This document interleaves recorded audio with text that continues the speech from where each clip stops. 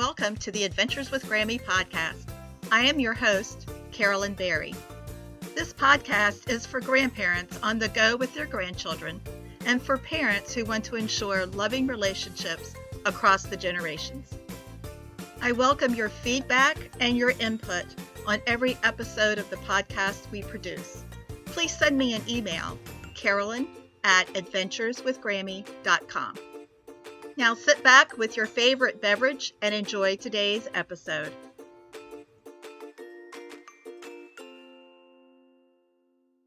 Our first guest today is Sharon Yost Rhodes, who runs the Facebook group Over 50 and Fabulous.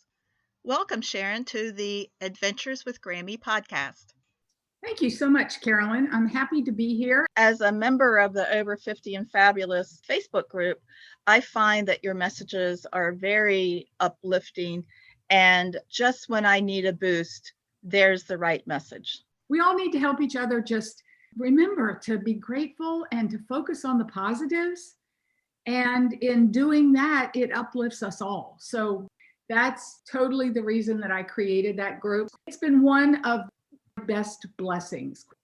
One of the things that you talked about just before the new year was to have a word and to focus on that word. Tell me more about that. Why is that important? How do we select our word?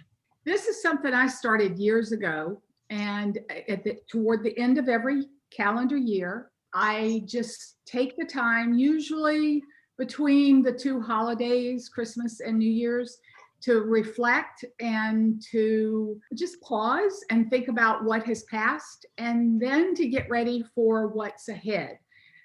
And out of that effort, I started creating a word. And I don't even know where the idea came from. But for years now, even when I was working, I would have a word for the coming year. And it comes to me between the holidays when I'm doing the reflecting and projecting what I want to focus on the coming year. I do a lot of meditation. I do prayer. I listen to all of the messages, for lack of a different word, that seem to come to me. And so my word for 2021 is possibilities, because I truly believe that even in the midst of a pandemic and social unrest, that we are faced every day with beautiful, endless possibilities to make things better, to see the good and to help other people. And so the science, if you will, and I'm not a scientist, but my understanding is, the brain is an organ in the body that someone can touch, someone can see, someone can actually physically, it's there. But the mind is not seen. The mind can be touched. And yet it controls the brain. It controls our thoughts. And our thoughts control our lives. And so I learned long ago the concept that we always move toward our most dominant thought. So that's probably where this word of the year comes from. What is your word for 2021? Because I want to create a point, a dominant thought, a goal, a focal point, so to speak, that I will move toward throughout the coming year, regardless of what life brings to us. That's the whole deal with the word of what is your word? That's why I do it, and that's how I do it. I remember that you said your word for 2020 had been vision. And that was a little bit of a joke because 2020 was perfect vision, the number. And I knew back a year in December of 2019 that I was probably facing cataract surgery in 2020. So I thought, that'll be my word, vision, because of the number of the year and the fact that I was probably going to have cataract surgery. Well, I did, and it was very successful, and it's awesome not to have to wear glasses for the first time in my adult life. But it was a huge lesson for me because I did pick that word with a little bit of humor and lightheartedness. And yet, as I reflected back on 2020, this past December, back on my word vision, I realized I entered into 2020 with a little bit of, or maybe a lack of depth of true appreciation for the meaning of my word vision for that year. And yet, as I came out of 2020, I felt like not only had my physical vision improved to being perfect, but just my vision about life, although not perfect, far from it, has improved so much because I now see how important relationships are, how important it is for us to stay grounded and to stay true to what we know is truth and integrity and goodness. And the vision that I was given through my cataract surgery pales to the vision that I was given about what's really important in my life. And so I have a really deep appreciation for that word that I chose almost lightheartedly. One of the other things that you've talked about in the group is shaping our destiny. How do we go about mapping our minds and shaping our destinies? Again, I'm not a brain scientist. I love to study neurolinguistics, and I've done some reading in quantum physics. I'm just not smart enough to understand that. That's probably, I'm being sarcastic. I can understand anything that I choose to understand. And that's a little example of how I train my mind, or map my mind, if you want to use that. Every time I have that thought, that limiting belief, that thought that would put me down, even though I did it in jest, something within me was belittling. It was allowing me to belittle myself. And again, I don't ever want to come across as pompous or as if I know everything, because I don't. But I want to learn. I want to know as much as possible. And so that little still small voice that's within all of us, when it creeps up and causes us to believe that we are less than what God created us to be, then we need to stop, pause, take a breath, recognize it, and then fix it, correct it, change our thoughts, change our language, change the words we use. The words we use out of our mouths are so critically important, because if you believe, as I do, in creation and read the Bible, God created everything with his voice, and his voice has energy. It has, this is measurable stuff. I'm not talking woo-woo stuff. I'm talking measurable, scientific, vibrational. Sound has energy. And so he spoke everything into being. We can too. He taught us how to do it by speaking the words that we want to be, that we aspire to be, or by stopping the words that would hold us back and limit us. Because I believe we are created in his image, and there's not anything wrong with him. So what is it that creates that gap in how we think about who and what we are versus who and what we are created to be? So that's how I kind of map my thoughts. I try to catch myself.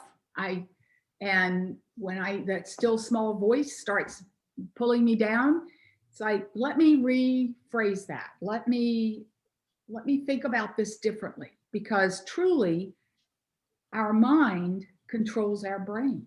You are so correct. And let's apply that to children now.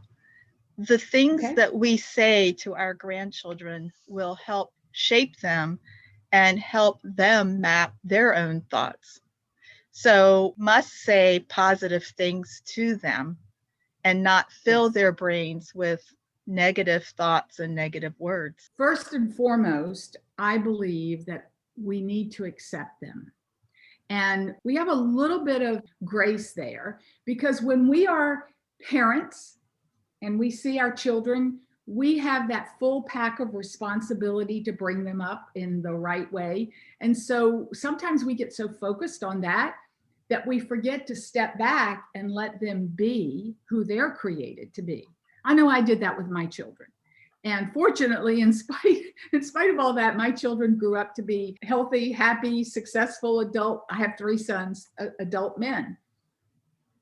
And yet I can see with my grandchildren, there's such joy because I have that relief, if you will call it, from the total responsibility of bringing them up.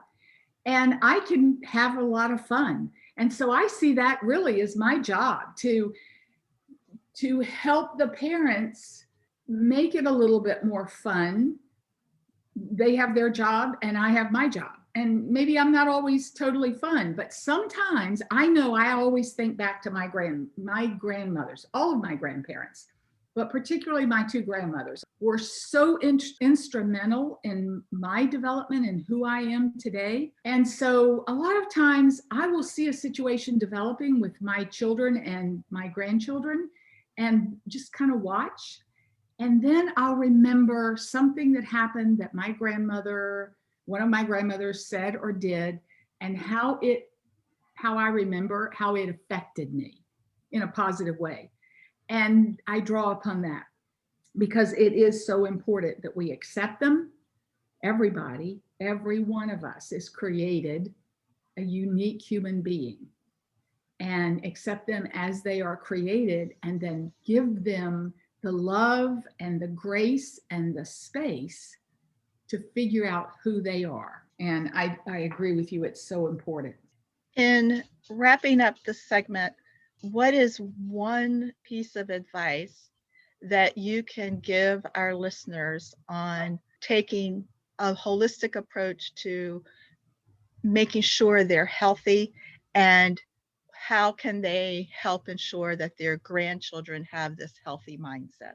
I think look at the whole person, body, mind, and spirit. Keep the body healthy. Keep our little grandchildren healthy. Just think about their little spirits. When they come into the world, their only fear is fear of falling, really. They don't know any of these other limiting thoughts that we have. Look at a little toddler learning to walk. They get up, they fall down. They get up, they fall down. They get up, they fall down. Never once do they sit down and say, I don't think I can do this, or this is not for me. And yet, how many things in later life do people try and say, this is not for me, or I'm just not cut out for this, or I just wasn't created. It's not in my genes. We can do anything we want to do, anything we set our minds out to do. And I'm talking positive things now. So look at those little beings as precious little spirits and give them the encouragement to be all that they were created to be. And in my belief, teach them how to sit quietly and to pray, to meditate, to listen to music, to think, rather than always have inputs coming at them. That's another tough one, and that's where grandparents can help. So keeping the whole being healthy, body, mind, and spirit, is, for me, the best thing we can do for our grandchildren, our children, and ourselves. Thank you, Sharon. And tell our listeners how they can find you. I have a website called Time for You, ThymeForYou.net. I'm on Instagram too as Sharon_Y_Rhodes. And if they choose to join the group, how do they go about that? Oh, the Facebook group, Over 50 and Fabulous. The only thing I ask is that you be 50 years old or older, because we want to create a community of people that are facing the same things. So just go on Facebook, search for Over 50 and Fabulous. It's a blue banner that says Over 50 and Fabulous. There's 3 questions, and I just ask, are you over 50? What are you most interested? What area of your life would you like to upgrade? So I know what people are interested in talking about. And because we have a lot of entrepreneurs in that group, myself being one of them, so are you, Carolyn, I intentionally created a culture where we would not advertise for our own businesses. Yet we've been working together long enough that I just recently created Small Business Saturday. So on the second Saturday of every month, we can share with our group members what we do. That's what we're all about. Everybody is welcome. We have people in the group from all over the world, and we have some really cool conversations. It uplifts me every single day.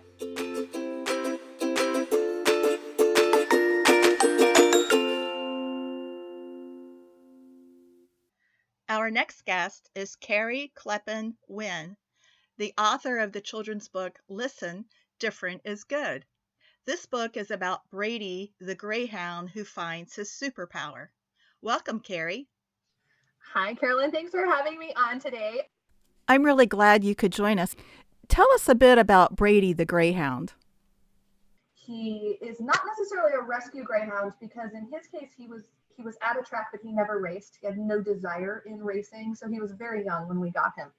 But he's got an owie on one of his feet. He's missing a toe, and this has caused him strife his whole, life. I mean, he has a limp and he has shoulder issues because of it, and now that he's aging, there's some arthritis things that are going on. But it became very clear to me after we got him, oh my gosh, 9.5 years ago, that he had a very outgoing personality, which I looked into the process of making him a therapy dog.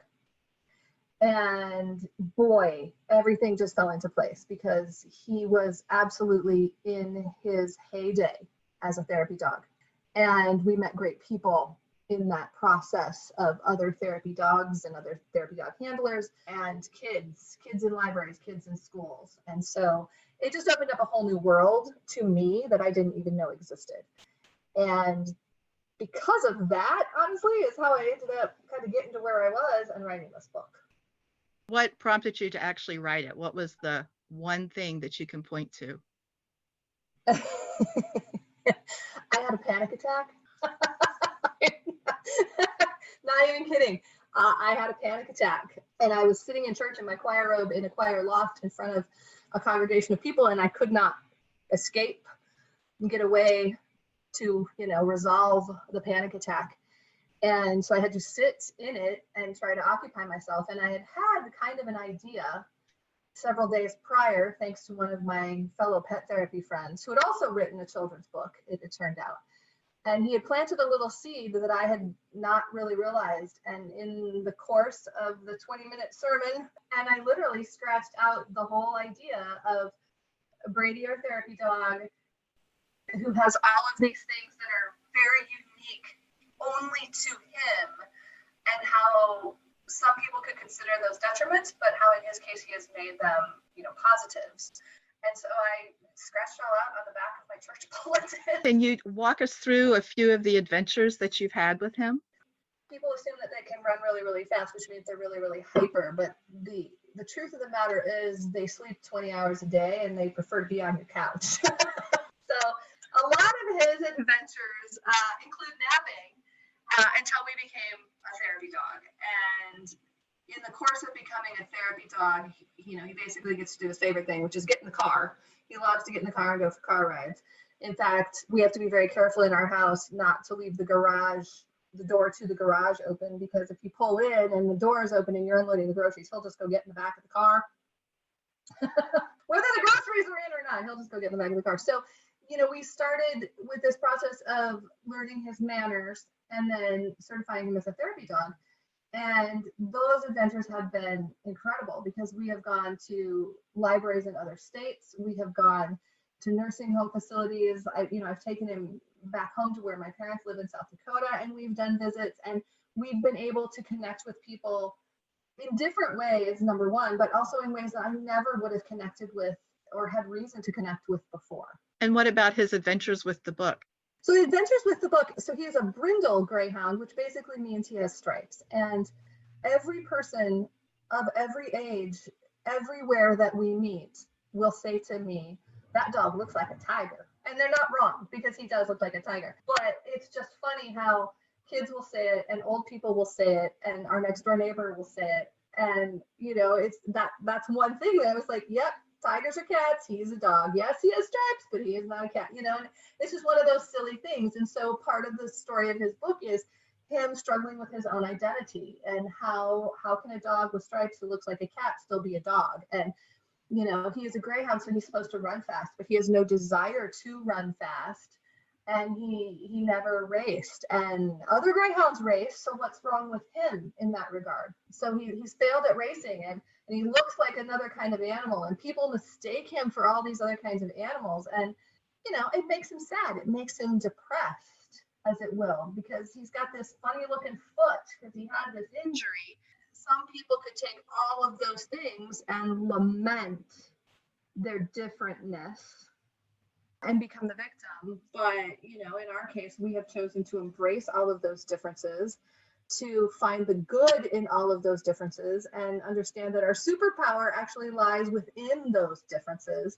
And part of his superpower then is becoming a therapy dog and working with people and listening to people and helping people in that regard. Have any of the people you have visited come back to you later and expressed how the visit impacted them? Yes, very much so. And I would like to, one perfect example, several years ago, we visited a preschool in a small community just outside of Omaha here. And I was the first time we'd ever gone to this particular preschool, and I wasn't sure how he would react to a room full of 3 and 4-year-olds. But he did great. He loved it. The kids loved it. They learned about dogs and the proper way to pet dogs and touch dogs. And about 2 years later, we were at a library, and it was our first visit to this particular library. He had become the read to a dog. And we were just about done with our hour-long visit, and a family came in, and they were hurrying because they had signed up to read to the dog, but they were running late. And the little girl that wanted to read to a dog, she was now in kindergarten and was able to, read sight words and wanted to read to a dog. And she nearly exploded because she had been in that preschool 2 years prior. And she remembered this dog. So much so that she had asked her parents that year for Christmas for a therapy dog. Santa needed to bring her a therapy dog for Christmas. Which I said to Mom, I was like, well, I can talk to you about adopting a dog. And she said, no, we have 2 dogs at home already. She wants this dog. She wants a therapy dog of her own. So I was thrilled, that she was just so excited to then read her book to Brady, our dog. And I told Mom at the time I was working on Brady's story. It was in the early stages of development. I didn't know if I would ever get it completed, but I got Mom's name, and I was like, if I ever get this done, I will make sure she gets a copy of the book. And so I was, thrilled this fall to be able to stick a copy in the mail to her, and hopefully she got it, in time for Christmas. Never underestimate the power of what you think isn't a big deal, because you just don't know what kind of seeds get planted. That's really sweet. Tell us, Carrie, how can our listeners find you and find your book?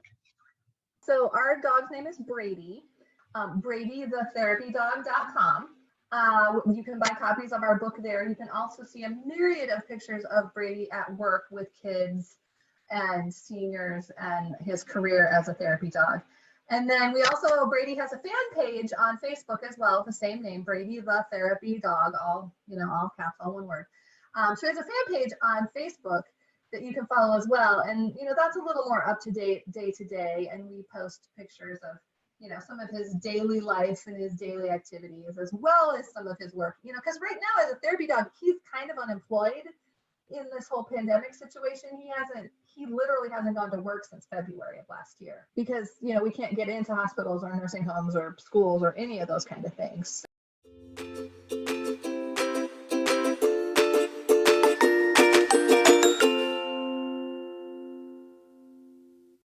For the last segment of today's podcast, I would like to introduce you to a grandmother from New York who enjoys taking her grandchildren on adventures and is the daycare provider for her youngest grandchild, Tatum.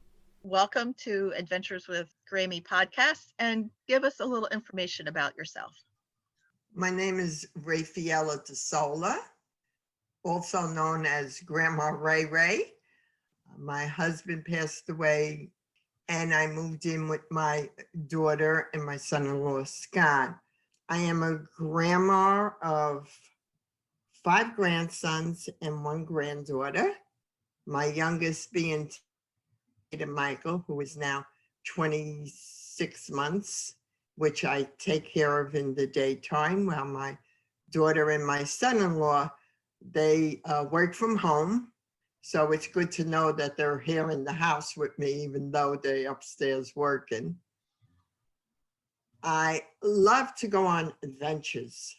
I love to take my grandchildren to different places. And when they were young, the older ones, of course, now they don't come in as often. I don't see them. But we do a lot of adventures with Tatum. He loves the outside.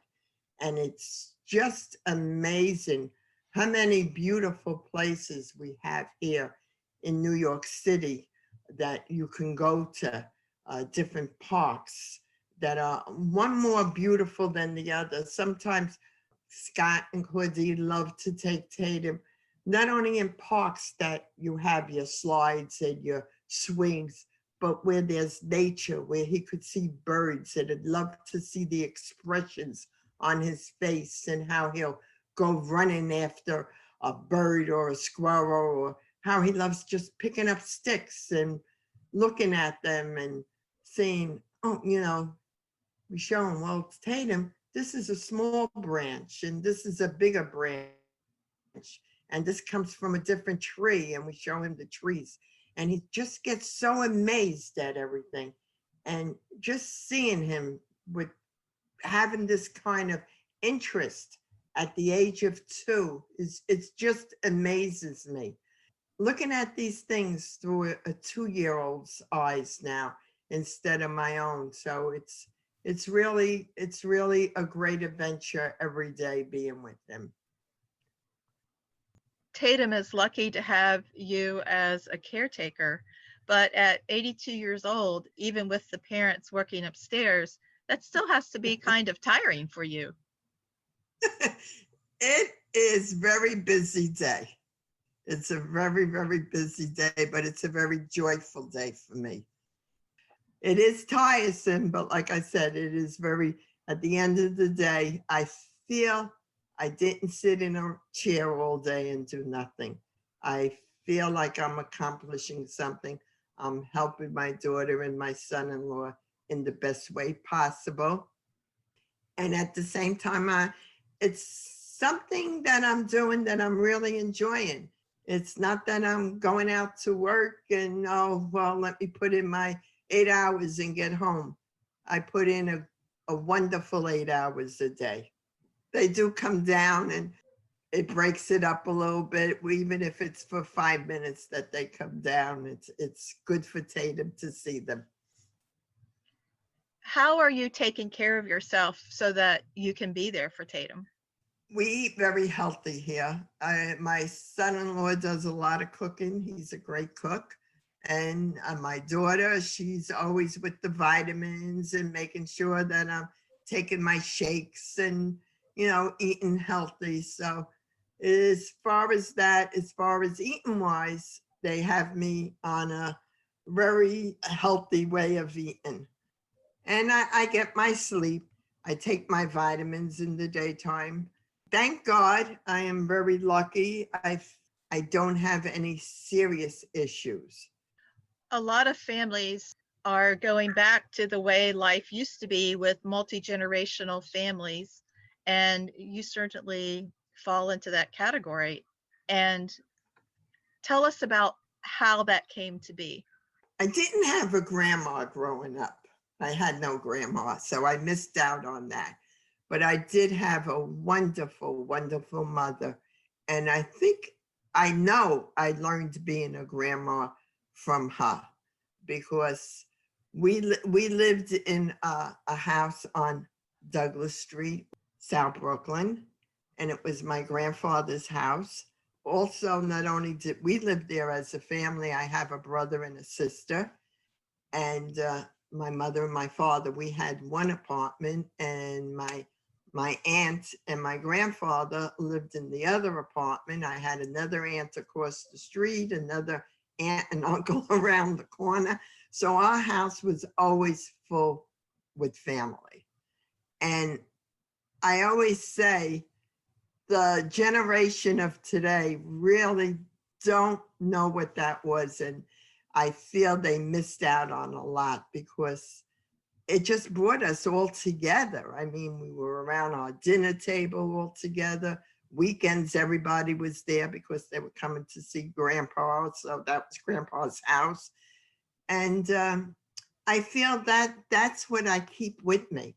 I have a brother and a sister, and we try to stay together. I mean, we're always trying to, now, of course, again, it's hard. But before all this happened, we were always making sure that we would get together to go out to eat. We have cousins that we still are very close with, that we grew up with on Douglas Street, always coming over. So I feel that's where I got it from. And it just lasts with me. And I'm proud of the way my father took care of us and made us feel that family, that's where we stemmed from. It was quite an adventure when we all got together. Tell me about some of the things that you did with your cousins when they came to visit. We always stood with each other. We had then those, it was called a finished basement. It was a basement, and we would go down there and we would have all our games down there and play music, dance. We were always dancing. It was always a happy house, always laughing and dancing. We had a TV, which a lot of people back then didn't have TVs. So, we used to gather on the floor and watch stories, our little cartoons or whatever. So then we just hung out, with each other, and just till today, we just love each other's company. We'll still text each other, and like I say, before all this, we would all get together at least every third month to go out to dinner. But, as time goes on now, it starts changing. We've lost so many of us, and just thankful for the ones that are still here with us. So let's go back to your being a grandmother and your older grandchildren. Tell me about the adventures that you've enjoyed with them. I used to take them in. We used to go to plays. My grandson, Josh, he used to always love to go to plays with us in New York City. So he's the oldest, and we would do that. The other two were into baseball. They love baseball. So, and my husband definitely grew up on the baseball field. That was our first date. We met at a restaurant where his aunt and uncle owned the restaurant on 3rd Avenue across the street from where I used to work. We met there one night, and he says, "You ever go to a baseball game?" He says, "How's about tomorrow? I pick you up and, take you to see me play baseball." So that was our first date together, going out and watching him play baseball. So my the two younger of my son Anthony's sons, they were into baseball, and we would always go and watch them play ball if they lived in Florida or if they lived in Ohio, wherever it was. My husband would say, "Oh, they got a tournament. We're going. We'll be there." And anything baseball. They love to go to museums also. I used to take them to a lot of museums. The Queens Museum, they used to love to go there. They loved the museums in New York City that we took them to. They also loved Disney World. We took them there quite a few times. Tell me more about the museums. What particularly drew the children's attention? They liked art a lot. So we used to always take them to where they could see a lot of art, a lot of pictures of people, and learn about that, about the different artists and what they were doing. What's your relationship with them now? Oh, it's good. They call me quite often. What advice do you have for grandparents in maintaining relationships with older grandchildren? Always, well, I'm a texter, so I usually do a lot of texting to my grandchildren. And I would say, if you call and you don't get an answer, leave a message and always end it with "I love you." If you don't get a message back, or if you don't get a call back, that's okay. You do it again. Because even though everybody has their own lives and everybody gets caught up into them, and you get busy, and sometimes, okay, grandma called me, but they know grandma called and they know grandma loves them. And it's always nice to know, no matter who it is, that somebody loves you. That's how I feel. My mother had a saying when Claudine was younger, and I used to say to her, "Ma, you're spoiling her." And she would say, "You don't spoil them, you love them." And I believe in that. I believe no matter what, it's a crazy world out there, and everybody gets wrapped up into their own things, and that's okay. I know somebody that tells me, I'm not going to call my grandchildren. They never call back. And every time I hear that, I go, so what that they don't call back? Just leave a message. Let them know you're there. Let them know you're okay and you're thinking about them. I know some people don't think that way, but that's the way I think. I guess it stems from my mother. You don't spoil them, you love them. And I do love them. Even though sometimes you say to yourself, they're getting old now. Where's my life going? Thinking about it now, I'm saying my oldest one is like 28 years old. So are there great-grandchildren in the future? Nope, I'm still waiting even for a granddaughter-in-law. What other words of wisdom would you like to share? Like I always tell my grandsons, the older ones, when they're venturing out to jobs or doing things, I always say to them, one step at a time and you'll get to the top of the ladder. Don't run it. And I feel you got to take your life one day at a time. You're going to have the rocky days, you're going to have the good days. Absorb the good days and learn from the bad, from the rocky ones. What about for other grandparents? What advice would you give them? Enjoy every minute you can with your family, with your grandchildren. Don't be harsh on things that they do. Just, I know there's a lot of things that are going on, and the olders don't really agree with the younger generation and makes for different opinions, and that's what life is about. It's an opinion. Everybody has their opinion. And sometimes grandparents, we jump to conclusions before we say, well, that's their opinion and I have my opinion. So I think listen a little more, maybe. Listen to the younger a little more. Sometimes we can learn from them. And sometimes we just have to listen. I'm impressed that 82, you like to text. Yes, I do. I really do. Because sometimes I guess it's like the young generation. You just want to hurry up, say what you want to say, and don't get into a long conversation over it. What do you want your legacy to be? Just to remember me the way I am, and maybe learn that it's okay to make mistakes, because I know I've made quite a few in my day. And it's okay to say, I'm sorry. Anything else you want to share with our listeners? Just enjoy life. Enjoy every minute. My husband had a saying, And he would say, have a day. Don't have to be a good day. Don't have to be a bad day, sad day. Just have a day. Have it, make it whatever you want it to be. So I'm going to say, have a day. I hope you enjoyed today's episode of the Adventures with Grammy podcast. If you did, I would like for you to do 2 things for me.